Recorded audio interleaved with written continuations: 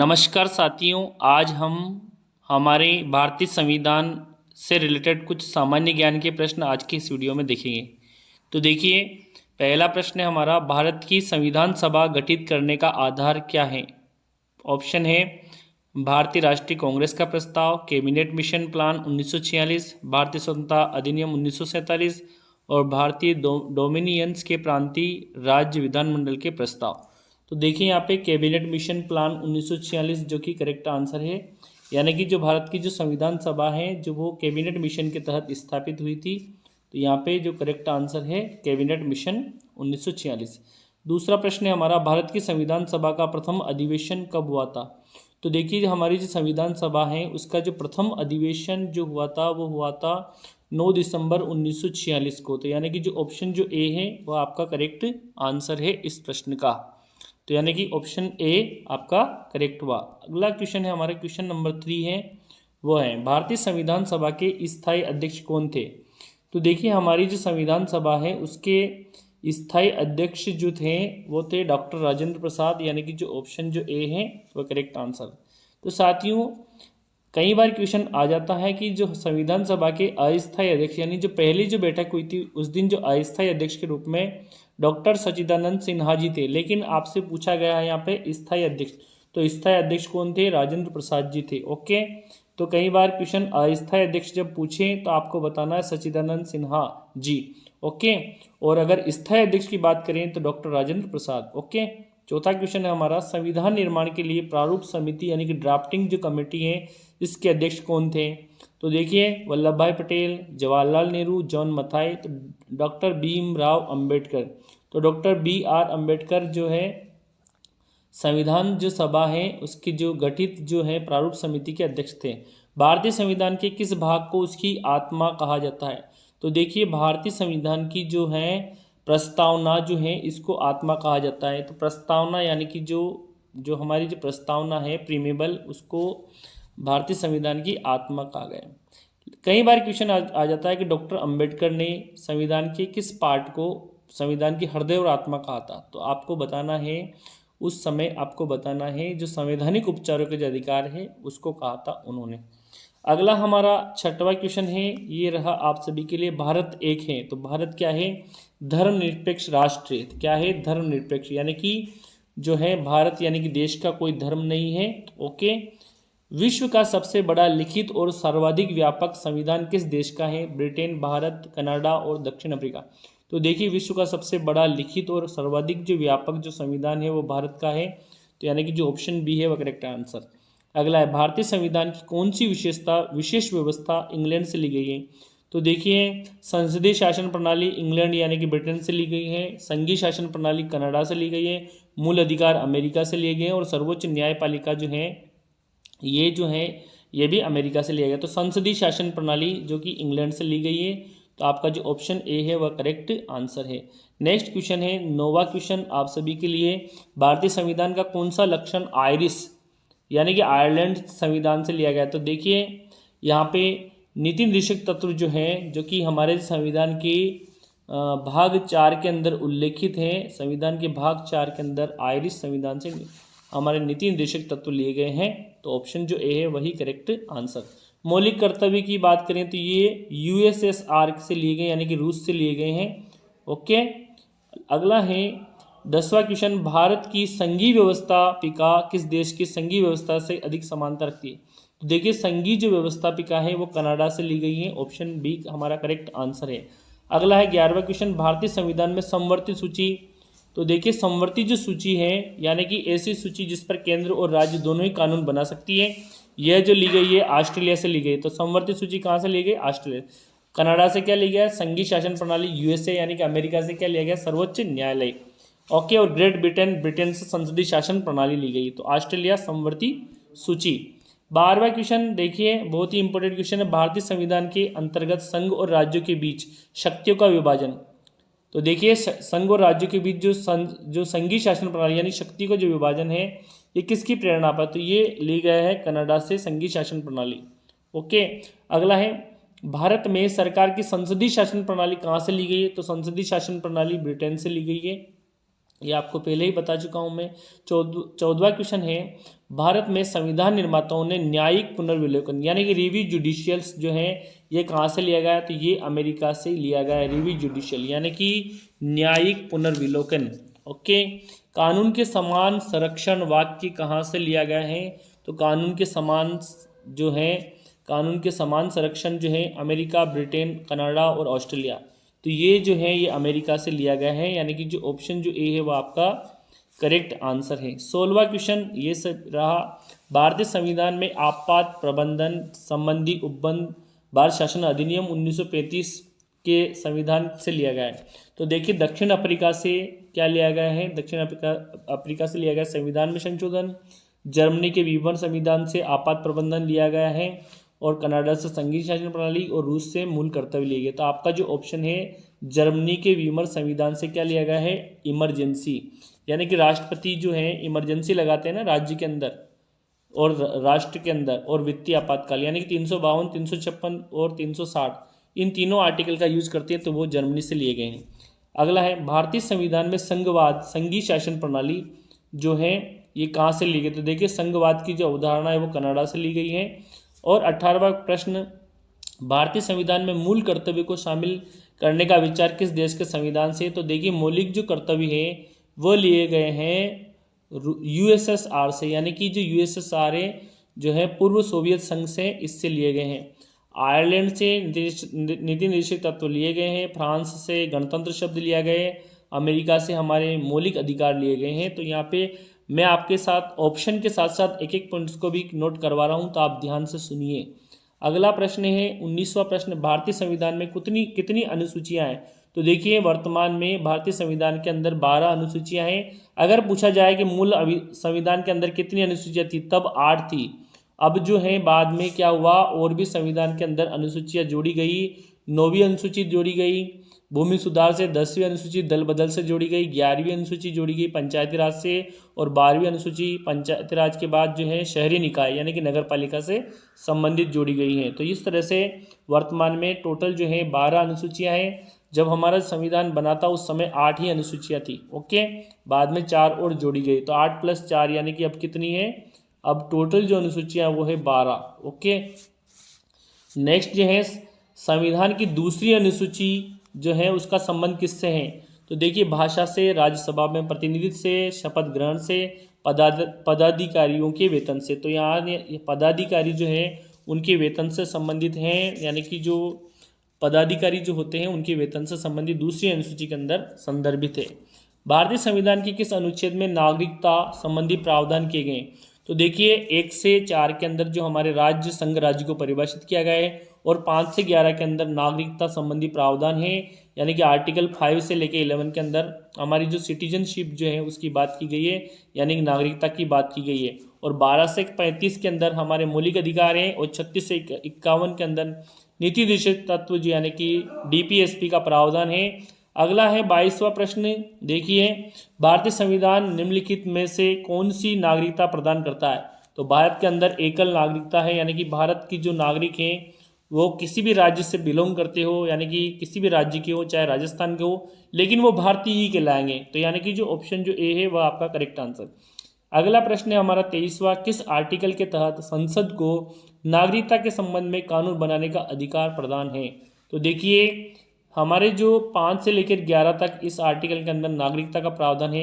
इसके अंदर जो 11वां आर्टिकल है इसके अंदर संसद जो है हमारे नागरिकता के संबंधित प्रावधान में यानी कि कानून बना सकती है सिटीजन से रिलेटेड।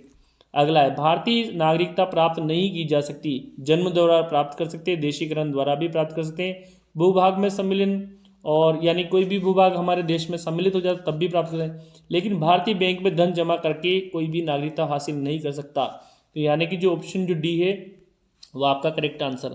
देशीकरण द्वारा नागरिकता प्राप्त करने का एक तरीका है, तो देखिए माता पिता की नागरिकता, भाई बहन की नागरिकता, विदेश से विवाह और विदेश से मित्रता। तो यहाँ पे माता पिता जो हैं उनकी नागरिकता यानी कि माता पिता से जो जन्म लेने वाली संतान है वो देशीकरण द्वारा नागरिकता प्राप्त करते हैं, यानी कि उस देश में अगर किसी का जन्म होता है, उनके माता पिता वहीं के होते हैं, तो वहाँ की नागरिकता उनको अपने आप मिल जाती है। अगला प्रश्न हमारा 26वां प्रश्न ये रहा, नागरिकता के लोप होने का एक नियम है।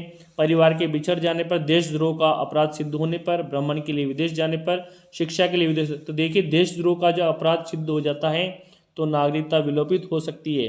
भ्रमण करने के लिए विदेश जाने पर कोई नागरिकता विलोप नहीं होती है। शिक्षा के लिए विदेश जाने पर नागरिकता विलोप नहीं होती है। परिवार से बिछड़ने पर भी नहीं होती, लेकिन देशद्रोह का अपराध सिद्ध होने पर क्या हो सकती है, जो नागरिकता मिलती है वो लुप्त हो सकती है या लोप हो सकता है। 27वां प्रश्न, निम्नलिखित में से कौन सी शर्त भारत की नागरिकता प्राप्त करने के लिए नहीं है? तो देखिए अधिवास, वंशाक्रम, पंजीकरण, संपत्ति, स्वामित्व।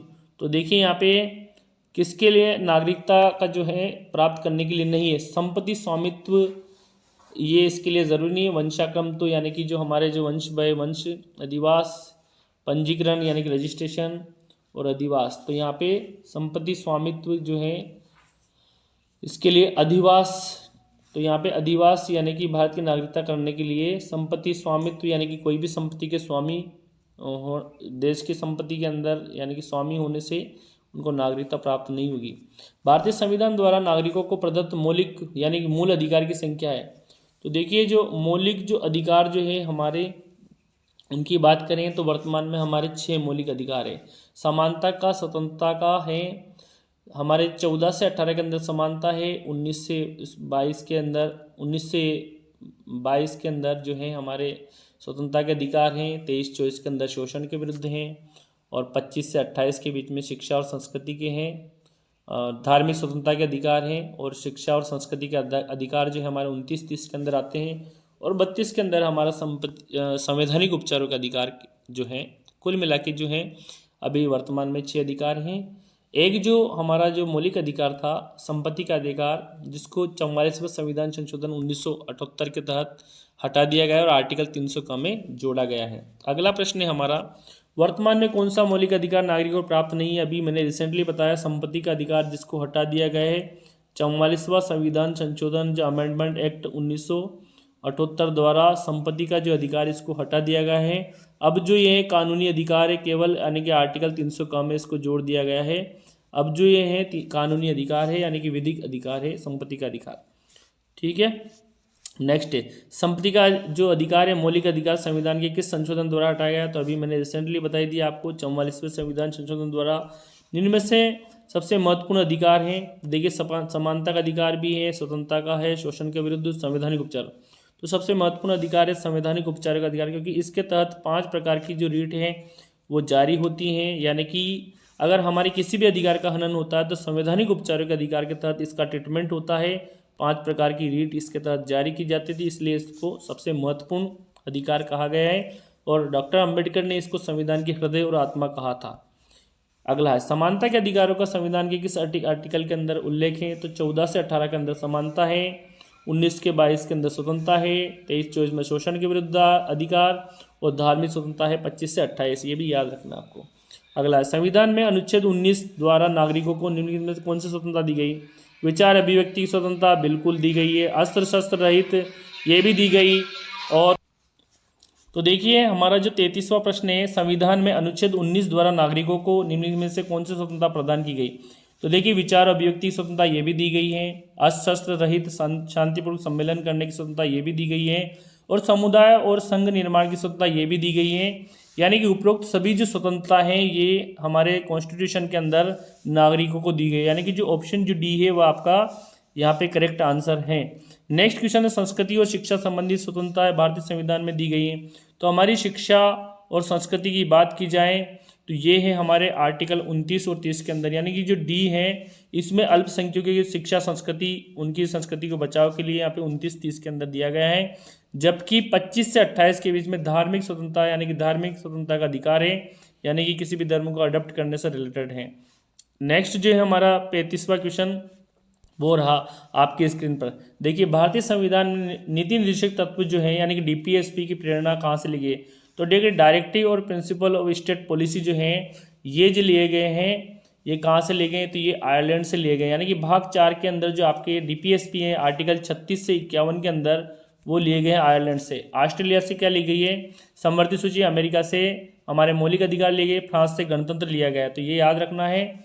ओके, अवैध रूप से बंदी बनाए गए व्यक्ति की अपील पर न्यायालय कौन सा रिट जारी करता है? तो न्यायालय इसके तहत जो है आर्टिकल जो 32 से संवैधानिक उपचारों के जो अधिकार है उसके तहत 5 प्रकार की रिट जारी करता है। उस 5 प्रकार की रिट के अंदर जो है बंदी व्यक्ति जो है उसकी अपील पर यहाँ पे बंदी प्रत्यक्षीकरण जो है वो जारी होती है। 37वां क्वेश्चन, संविधान में मौलिक कर्तव्य का जो प्रावधान है किस देश से लिया गया है? तो देखिए जो मौलिक जो कर्तव्य है ये सरदार सवर्ण सिंह समिति की सिफारिश पर 42वां संविधान संशोधन 1976 के तहत सोवियत संघ यानी कि जो यूएसएसआर से लिया गया है, ये याद रखना है आपको। मौलिक जो कर्तव्य हैं वो लिए गए हैं यूएसएसआर से सरदार सवर्ण सिंह समिति की सिफारिश पर, और 10 जो है मौलिक कर्तव्य हमारे कॉन्स्टिट्यूशन में दैट टाइम जोड़े गए थे। मूल कर्तव्यों का उल्लेख संविधान के किस अध्याय में है?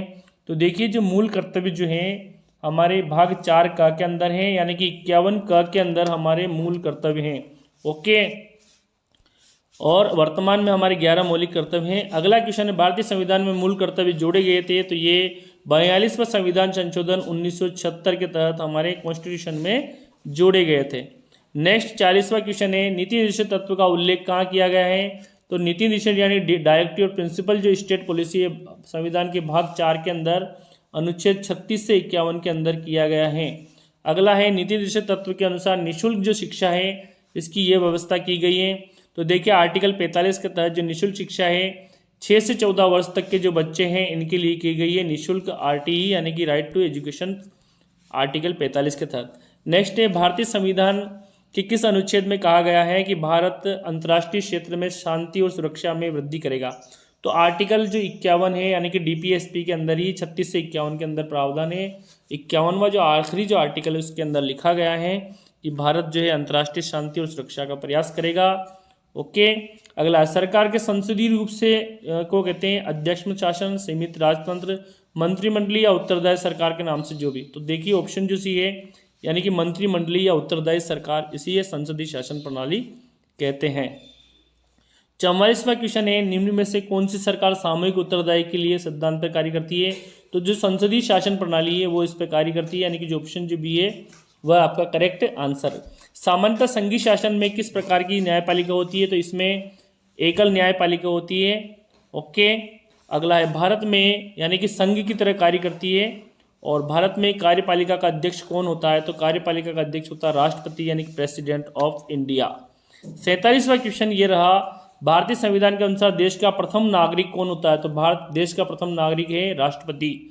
और भारतीय संविधान के अनुसार संघ की जो कार्यपालिका है वो किस में निहित है? उसकी शक्तियां राष्ट्रपति में निहित है, यानी कि जो ऑप्शन जो बी है वह करेक्ट आंसर। अगला, भारतीय संविधान के अनुसार देश के तीनों सेनाओं का जो कमांडर होता है वो कौन है? वो राष्ट्रपति होते हैं, यानी कि जो ऑप्शन जो ए है वह आपका करेक्ट आंसर।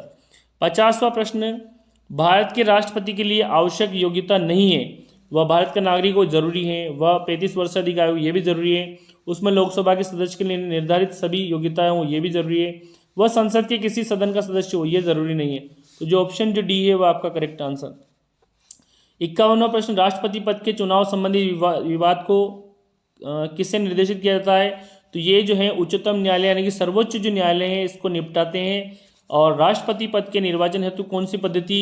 तो देखिए सूची, संचय, सापेक्ष, तो समानुपातिक प्रतिनिधित्व एवं एकल संक्रमणी मत प्रणाली, यानी कि जो ऑप्शन जो डी है वो आपका यहाँ पे करेक्ट आंसर है। नेक्स्ट है 53वां क्वेश्चन है, भारत के राष्ट्रपति का चुनाव कितने वर्ष के लिए होता है? तो ये 5 वर्ष के लिए होता है। और भारत के राष्ट्रपति को उनके पद से हटाया जा सकता है प्रधानमंत्री द्वारा, लोकसभा द्वारा, और भारत के मुख्य तो संसद द्वारा। तो यानी कि जो ऑप्शन जो डी है, संसद को महाभियोग की प्रक्रिया यानी कि आर्टिकल 61 का प्रयोग करके हटा सकती है। और भारत के राष्ट्रपति को पद से हटाने की प्रक्रिया क्या कहते हैं? इसको देखिए मैंने अभी रिसेंटली आपको बता दिया, संसद द्वारा महाभियोग, और आर्टिकल 61 के अंदर प्रावधान है, अनुच्छेद 61 के अंदर महाभियोग की प्रक्रिया है। नेक्स्ट है हमारा 56वां क्वेश्चन, राष्ट्रपति पर महाभियोग आरोप संसद के किस सदन में? तो ये किसी भी सदन में लगाया जा सकता है। ओके, और भारत के उपराष्ट्रपति का कार्यकाल कितने वर्ष का होता है? तो ये 5 साल के लिए होता है। राज्यसभा का पदेन सभापति कौन होता है? उपराष्ट्रपति होते हैं, यानी कि जो ऑप्शन जो बी है वो आपका करेक्ट आंसर।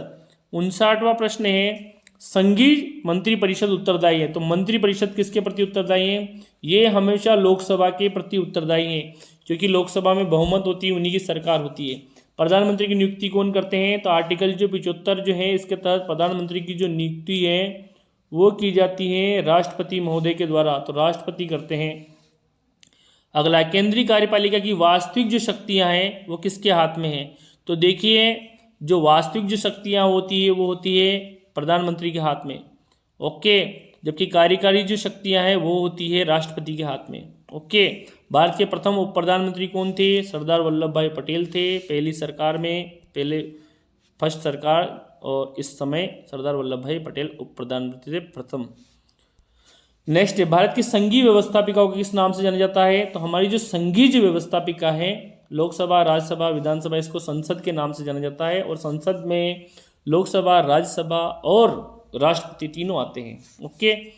भारतीय संसद के कितने सदन हैं? तो हमारी जो संसद है उसके 2 सदन हैं, एक तो है लोकसभा और एक है राज्यसभा, लोकसभा और राज्यसभा। संसद के किस सदन को प्रतिनिधि सभा? तो जो लोकसभा जो होती है इसको प्रतिनिधि सभा भी कहते हैं, लोकप्रिय सदन भी कहते हैं। अगला, संसद का लोकप्रिय सदन है लोकसभा है, बिल्कुल, और संसद का स्थायी जो सदन है वो है राज्यसभा, क्योंकि राज्यसभा कभी भंग नहीं होती है। भारतीय संसद में शामिल है, इसमें देखिए लोकसभा भी है, राज्यसभा भी है और राष्ट्रपति, ये तीनों ही भारतीय संसद के अंदर शामिल हैं। 69वां क्वेश्चन 69, यानी संसदीय प्रणाली वाली सरकार को किस नाम से जाना जाता है? इसको उत्तरदायी सरकार के नाम से जाना जाता है। और राज्यसभा के सदस्य का कार्यकाल, तो देखिए राज्यसभा का सदस्य उसका कार्यकाल होता है 6 वर्ष, ये याद रखना। विधान परिषद के सदस्य का कार्यकाल भी 6 वर्ष का होता है। कौन जनता द्वारा प्रत्यक्ष रूप से निर्वाचित होते हैं? तो लोकसभा के जो प्रतिनिधि होते हैं जनता द्वारा प्रत्यक्ष डायरेक्ट वोट से निर्वाचित होते हैं। अगला है, भारत में लोकसभा किसका प्रतिनिधित्व करता है? तो लोकसभा जो है हमारी जनता का प्रतिनिधित्व करते हैं, तो यानी कि जो जनता है वो यहाँ पे करेक्ट आंसर, क्योंकि ये इसको प्रतिनिधि मंडल, प्रतिनिधि राज्य का प्रतिनिधित्व करते हैं और प्रतिनिधि सभा भी कहते हैं। वर्तमान में लोकसभा के सदस्यों की प्रभावी संख्या है, तो देखिए प्रभावी संख्या यहाँ पे आपको करना है 500 जो है प्रभावी 552 टोटल जो सदस्य हैं, और इलेक्शन जो होते हैं वो 543 पे होते हैं। अब यहाँ पे किसी के क्वेश्चन आ रहा है कि 545 है, तो 2 जो सीटें जो एंग्लो इंडियन की वो हटा दी गई है, ओके। तो वर्तमान में टोटल जो सदस्य संख्या है 552, और जो जिन पे इलेक्शन होते हैं यानी कि जो चुनाव होते हैं वो कितने हैं? 543, और टोटल अधिकतम कितनी हो सकती है? 552, तो प्रभावी संख्या 552, ये याद रखना है। नेक्स्ट, राष्ट्रपति द्वारा राज्यसभा में कितने सदस्यों को नामित किया जाता है? तो राज्यसभा में राष्ट्रपति 12 सदस्यों को मनोनीत कर सकते हैं, यानी कि 12 सदस्य मनोनीत हो सकते हैं, 12 सदस्य, और जो कि खेल के क्षेत्र में, कला के क्षेत्र में, साहित्य के क्षेत्र में, संगीत के क्षेत्र में विशेष ख्याति प्राप्त हो। संसद के किसी भी सदन के 2 सत्रों के बीच अंतराल किससे अधिक नहीं होना चाहिए? 6 माह से ज़्यादा नहीं होना चाहिए, तो ऑप्शन जो बी है वह करेक्ट आंसर। राज्यसभा विघटित हो जाती है, कभी भी नहीं होती है, पहले ही बोल दिया मैंने, राज्यसभा का कोई कार्यकाल नहीं होता, राज्यसभा के सदस्यों का कार्यकाल होता है। 2/3 सदस्य हर 2-2 साल में रिटायर्ड होते जाते हैं, नहीं आते जाते हैं। लोकसभा में राज्यों को किस आधार पर सीटें आवंटित है? तो ये जनसंख्या के आधार पर हैं, जहाँ की जनसंख्या ज़्यादा है वहाँ पे सीटें ज़्यादा हैं, जैसे यूपी की जनसंख्या ज़्यादा है तो वहाँ पे कम है। नेक्स्ट जो है, सांसदों के वेतन का निर्णय कौन करता है? तो देखिए सांसद जो है इनके वेतन का निर्णय संसद ही करती है, संसद ही इनको बढ़ा घटा सकती है। संसद के किन सदस्यों को गैर सरकारी, तो देखिए ये बहुत ही इंपॉर्टेंट क्वेश्चन है। गैर सरकारी जो मंत्री जो होते हैं सरकार के, उन मंत्रियों के अलावा सभी जो सांसद होते हैं, यानी कि जो केंद्रीय मंत्री जो होते हैं, यानी कि मंत्री के अलावा जितने भी सांसद होते हैं वो सब क्या कहलाते हैं? गैर सरकारी सदस्य कहलाते हैं, याद रखना है। इसमें कैबिनेट मंत्री भी आ गए और दूसरे मंत्री भी आ गए। अगला है, भारत के संचित निधि में धन निर्गम पर किसका नियंत्रण होता है? यानी धन को निकालने का जो नियंत्रण होता है वो होता है संसद का, यानी कि बिना संसद की सहमति के धन को निष्कासित संचित निधि से नहीं किया जा सकता, ओके। 81वां क्वेश्चन, लोकसभा का अध्यक्ष अपना त्यागपत्र किसे देते हैं? तो लोकसभा के अध्यक्ष अपना त्यागपत्र लोकसभा के उपाध्यक्ष को देते हैं, और उपाध्यक्ष लोकसभा के अध्यक्ष को देते हैं, ये भी याद रखना, कई बार क्वेश्चन आ गया है। केंद्र सरकार तथा राज्य सरकार के बीच होने वाले विवाद का निर्णय कौन करेगा? तो इनके निर्णय केंद्र और राज्य के बीच के जो विवाद हैं ये सर्वोच्च न्यायालय यानी कि सुप्रीम कोर्ट ऑफ इंडिया ये करती है, ओके। नेक्स्ट है, सर्वोच्च न्यायालय के न्यायाधीशों की नियुक्ति, जो सुप्रीम कोर्ट के जो जज होते हैं उनकी नियुक्ति करते हैं राष्ट्रपति करते हैं, यानी कि जो ऑप्शन जो ए है वो आपका करेक्ट आंसर, राष्ट्रपति महोदय करते हैं। नेक्स्ट जो है 84वां क्वेश्चन, सर्वोच्च न्यायालय के न्यायाधीशों की कार्य जो अवधि है इनके लिए आयु, तो इनके लिए आयु हो गई 65, तो याद रखना है 65 वर्ष है। भारत में मौलिक अधिकारों का संरक्षक, तो हमारे जो मौलिक अधिकार है इसका संरक्षक है सर्वोच्च न्यायालय। हमारी जो कोर्ट जो होती हैं यानी कि जो हमारी सुप्रीम कोर्ट ऑफ इंडिया है आर्टिकल 32 के तहत, और हमारे जो न्यायालय हैं उच्च न्यायालय, वो हमारे मौलिक अधिकारों के संरक्षक हैं। सर्वोच्च न्यायालय के न्यायाधीश किसे संबोधित कर अपना इस्तीफा देते हैं, तो जो न्यायाधीश जो होते हैं वो अपना इस्तीफा राष्ट्रपति को देते हैं, क्योंकि इनकी नियुक्ति भी उनके द्वारा ही होती है। अगला है हमारा 87वां क्वेश्चन, राज्यपाल को उसके पद एवं गोपनीयता की शपथ कौन दिलाता है, तो जो राज्यपाल जो होते हैं उनको उस राज्य के जो मुख्य न्यायाधीश होते हैं कोर्ट के, हाई कोर्ट के, वो दिलाते हैं। ओके, अगला राज्य की मंत्रिपरिषद, तो देखिए केंद्र की जो मंत्रिपरिषद वो जिस तरह से लोकसभा के प्रति उत्तरदायी है, उसी तरह से राज्य की जो मंत्रिपरिषद वो विधानसभा के प्रति उत्तरदायी है। और राज्य की कार्यपालिका शक्ति किस में निहित है, तो देखिए हमारी जो केंद्र की जो कार्यपालिका शक्ति है वो राष्ट्रपति में, इसी तरह से राज्य की जो कार्यपालिका शक्ति है वो राज्यपाल में निहित है। ओके, इसी तरह से 90वां क्वेश्चन, राज्य सरकार का कार्यकारी अध्यक्ष, तो देखिए राज्य का जो कार्यकारी अध्यक्ष होगा वो मुख्यमंत्री होगा, जिस तरह से केंद्र का कार्यकारी होगा पीएम। ओके, अगला है भारतीय राज्यों में राज्यपाल की जो नियुक्ति कौन करते हैं, तो देखिए बहुत ही इंपॉर्टेंट, राज्यपाल की जो नियुक्ति वो राष्ट्रपति महोदय करते हैं। ओके, और राज्यपाल अपना त्यागपत्र किसे देंगे, तो राज्यपाल जो अपना त्यागपत्र जो इनकी नियुक्ति करते हैं यानी राष्ट्रपति इनको ही देंगे। ओके, नेक्स्ट जो है राज्य सरकार का संवैधानिक जो प्रमुख है, राज्य सरकार का संवैधानिक जो प्रमुख है वो होते राज्यपाल। कार्यकारी प्रमुख की पूछा जाए तो होते सीएम। ओके, यानी मुख्यमंत्री। राष्ट्रपति अपनी सलाह पर किसी राज्य के राज्यपाल की नियुक्ति करते हैं, तो राष्ट्रपति किसकी सलाह पर, किसी राज्य के राज्यपाल, तो राष्ट्रपति जो है वो प्रधानमंत्री की सलाह पर किसकी नियुक्ति करते हैं, राज्यपाल की। उपराज्यपाल की नियुक्ति कौन करेंगे, तो ये भी राष्ट्रपति ही करेंगे उपराज्यपाल की। ओके, अगला है 96वां क्वेश्चन, राज्यपाल पद पर बना रहता है, तो इनकी जो है 5 वर्ष के लिए और जब तक राष्ट्रपति चाहे तब तक। ओके, तो यहाँ पे आप इसको कर लेना नोट, राज्यपाल कब तक पद पे बने, राज्यपाल की जो आयु है वो 35 वर्ष होनी चाहिए। ओके, निम्न में से कौन विधानमंडल तथा राज्यपाल के बीच, तो देखिए विधानसभा और राज्यपाल दोनों के बीच जो होता है वो संपर्क सूत्र का काम करेंगे सीएम, क्योंकि सीएम ही जो है दोनों के बीच में संपर्क का काम करेंगे। ओके, राज्य मंत्रिपरिषद सामूहिक रूप से किसके प्रति उत्तरदायी होगी, तो राज्य की जो मंत्रिपरिषद है वो विधानसभा के प्रति उत्तरदायी है। जैसे केंद्र की जो मंत्रिपरिषद है वो लोकसभा के प्रति उत्तरदायी है ना, वैसे ही राज्य की जो मंत्रिपरिषद है वो विधानसभा के प्रति, यानी कि जो हमारी जो असेंबली है लेजिस्लेटिव असेंबली, उसके प्रति उत्तरदायी है। हमारे आखिरी क्वेश्चन की ओर चलते हैं बहुत ही जल्दी। राज्य विधान परिषद एक स्थायी सदन है जिसके सदस्यों का कार्यकाल सामान्य होता है, तो इनका सदस्यों का जो कार्यकाल होता है 6 वर्ष। और राज्य विधान परिषद का सदस्य बनने के लिए कितने वर्ष की आयु होना आवश्यक है, तो देखिए विधान परिषद जो है वो उच्च सदन होता है हमारी जो विधानसभा का, हमारी जो राज्य की जो उसका, तो उसके जो सदस्य के लिए जिस तरह से केंद्र के अंदर राज्यसभा के सदस्य के लिए 30 वर्ष की आयु आवश्यक है, तो ऐसे ही यहाँ पे भी 30 चाहिए। ओके, भारतीय संविधान के आर्टिकल 170 के अंतर्गत विधानसभा के सदस्यों की अधिकतम संख्या कितनी होनी चाहिए, कितनी निर्धारित की गई है, तो अधिकतम जो संख्या है वो हो सकती है 500 और न्यूनतम जो संख्या है वो हो सकती है 60। लेकिन गोवा है, मिजोरम है, इनकी सदस्य संख्या है 40 और सिक्किम की तो 32 ही है, ये याद रखना है। ओके, सिक्किम की कितनी है 32, जबकि हम अगर सबसे ज़्यादा अगर एमएलए की संख्या की बात करें तो यूपी की है। ओके, गोवा और मिजोरम की कितनी है ये आपको याद रखना है, गोवा एंड मिजोरम, तो गोवा और जो मिजोरम है दोनों की जो संख्या है एमएलए की संख्या है इनमें कितनी है 40। ओके, और अगर हम बात करें सिक्किम की तो सिक्किम के अंदर कितनी है केवल 32 ही है, सिक्किम के अंदर कितनी है 32, ये भी लिख देता हूँ मैं, आपको याद रख लेना है। सिक्किम के अंदर केवल 32 ही है एमएलए की संख्या। और 102वां क्वेश्चन, आखिरी क्वेश्चन की ओर हम बढ़ते हैं।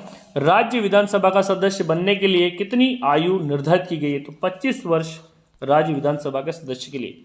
और राज्य विधानसभा में एक विधानसभा अध्यक्ष का चुनाव किया जाता है, जिसका कार्यकाल प्राय होगा 5 वर्ष का होगा, जब तक सरकार होगी तब तक। और उच्च